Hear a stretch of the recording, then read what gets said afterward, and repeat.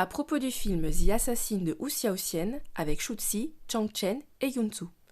Écrit par Sophie Schweitzer, lu par Charlotte Davance. Nie Yin-Yan est une tueuse à gages œuvrant pour la caste des assassins. Brillante sur le plan technique, en revanche, elle hésite à tuer un homme sous les yeux de son fils. Cette hésitation impardonnable lui vaut le courroux de son maître qui lui ordonne d'aller tuer son cousin afin de s'endurcir. Mais une fois sur place, retrouvant sa famille qu'elle a dû quitter des années auparavant, des sentiments ressurgissent, compliquant la tâche de la jeune femme. Elle se retrouve face à un cruel dilemme, tuer l'homme qu'elle aimait et qui continue de faire battre son cœur, et donc désobéir à son maître qui l'a recueilli et élevé, ou bien achever sa formation et accomplir l'ordre qu'on lui a donné. C'est tout le cheminement mental de cette héroïne de l'ombre qui, telle la figure du héros solitaire, parfois sans nom, comme dans la trilogie du dollar de Sergio Leone, sans attache, se retrouve face à ses sentiments. La rancœur d'avoir été abandonnée, confrontée à ce qui lui a été refusé, l'amour de son cousin qui vit désormais avec une autre femme, entrant en collision avec son statut d'assassin, qui au fond est tout ce qu'elle possède et tout ce qui la définit. Pourtant, cette fonction même qui lui donne une certaine puissance, le pouvoir de tuer, de vaincre ses ennemis, d'être invisible telle une ombre, est également une prison. Le film touche, dans sa thématique, mais aussi par le choix de son époque, au phénomène des castes et à la manière dont la société emprisonne les individus, et tout particulièrement les femmes.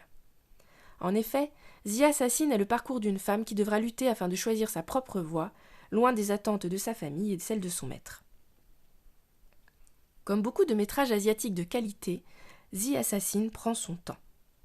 Il est de ces films qui hypnotisent, mais pour cela, demande une certaine dévotion de la part du public, d'autant que la narration ciselée est difficile à appréhender.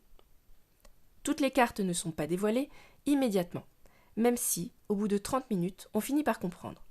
L'histoire de la jeune femme assassin est celle d'une enfant sacrifiée dans une Chine féodale. D'ailleurs, les codes de celle-ci ne sont pas forcément donnés et demandent au spectateur un effort d'attention supplémentaire, mais aussi du destin attendu d'une femme, à savoir le sacrifice. The Assassin est avant tout un film de sabre chinois, qui est dans la droite lignée de grands films appartenant à ce genre, comme La légende des poignards volants. Étrangement, The Assassin fait plutôt penser au film de King Hu, maître du genre dans les années 60. D'une part, par sa ressemblance avec les films de Sergio Leone, dont Dragon Inn de King Hu s'inspirait déjà dans sa fresque féodale pleine d'humour et d'ironie, mais aussi par ce portrait de femme forte au sein d'un film à l'esthétique léchée, dans lequel les scènes de combat sont raréfiées afin d'être magnifiées comme l'accomplissement de quelque chose. L'influence de King Hu se ressent dans la beauté du métrage. A Touch of Zen associe une image sublime à un film de sabre chinois. The Assassin possède une vraie qualité esthétique. Éclairée à la bougie, les soieries font naître des reflets de couleurs incroyables, où le rouge, l'or et le violet se mêlent dans une richesse de couleurs qui n'a rien à envier au film de King Hu.